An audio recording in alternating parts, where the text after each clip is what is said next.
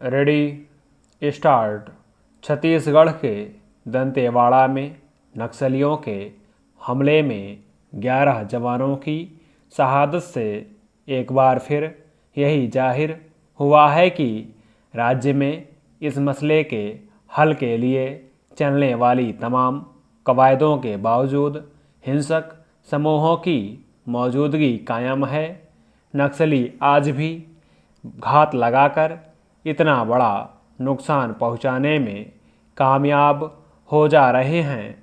हालांकि ऐसी हर घटना के बाद सरकार और संबंधित महकमों की ओर से यही भरोसा दिया जाता है कि इसके जिम्मेदार लोगों को बख्शा नहीं जाएगा और नक्सलियों के खात्मे के लिए अभियान तेज किया जाएगा। मगर सवाल है कि हर कुछ समय बाद नक्सली समूह सुनियोजित हमले को अंजाम देकर बड़ा नुकसान कर देते हैं। उसमें जवानों की जान चली जाती है तो इसे किस तरह की सुरक्षा व्यवस्था के तौर पर देखा जाएगा। गौरतलब है कि दंतेवाड़ा के एक इलाके में नक्सलियों की मौजूदगी की सूचना के बाद डीआरजी बल यानी डिस्ट्रिक्ट रिजर्व गार्ड की एक टुकड़ी को वहां भेजा गया था।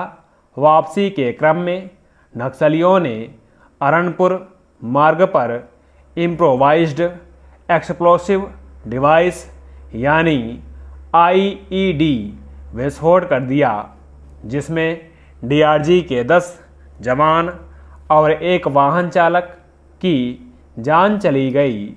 इस हमले से साफ है कि डीआरजी जवानों के अभियान की जानकारी नक्सलियों को पहले लग गई थी और इसीलिए उन्होंने योजना बनाकर यह हमला किया। यह इस तरह की कोई पहली घटना नहीं है। ऐसे हमले के बाद सरकार और सुरक्षा बलों की शक्ति जब बढ़ती है तब ऐसे समूह कुछ वक्त तक शांत पड़ जाते हैं, लेकिन फिर मौका मिलते ही हिंसक हमले के जरिए अपनी मौजूदगी दर्ज कराने की कोशिश करते हैं। बुधवार को हुई घटना में जिस डीआरजी के जवानों की जान गई वे छत्तीसगढ़ पुलिस के खास जवान हैं, जिन्हें केवल नक्सलियों से लड़ने के लिए भर्ती किया गया है।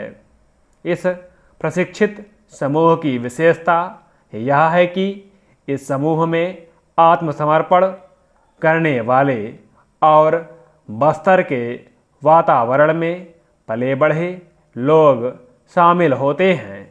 ये लोग चूंकि जटिल जंगल और उसमें अपनी गतिविधियां संचालित करने वाले नक्सलियों के काम करने की प्रकृति को समझते हैं, इसलिए उनके जरिए कई मौक़ों पर अहम कामयाबी दर्ज की गई है। शायद यही वजह है कि डीआरजी के जवान खासतौर पर नक्सलियों के निशाने पर थे। हालांकि इस तरह के हमलों में कई मौके पर सीआरपीएफ के जवानों पर भी घातक हमले किए गए हैं। विचित्र यह है कि इस तरह की हिंसा के सहारे व्यापक राजनीतिक मुद्दों का हल खोजने का दावा करने के बावजूद नक्सली समूह अपने लक्षित तबकों के बीच भी किसी ठोस हल का रास्ता नहीं दर्शा पाए हैं। दूसरी ओर इन नक्सलियों के घातक हमलों से निपटने के लिए सरकार की ओर से अब तक जितनी भी कोशिशें और नीतिगत पहलकदमी हुई, उनका असर सिर्फ तात्कालिक महत्व के रूप में ही दर्ज किया जा सका। आखिर यह कैसे संभव हुआ कि दंतेवाड़ा जैसी संवेदनशील जगह में सुरक्षा बलों की टीम किसी अभियान पर गई और उसकी पूरी खबर नक्सलियों को लग गई। जाहिर है हिंसा को ही अपना राजनीतिक हथियार मानने वाले नक्सली समूहों के खिलाफ सुरक्षा के प्रत्यक्ष मोर्चों के साथ साथ एक मजबूत और सुगठित खुफिया तंत्र वक्त की ज़रूरत है।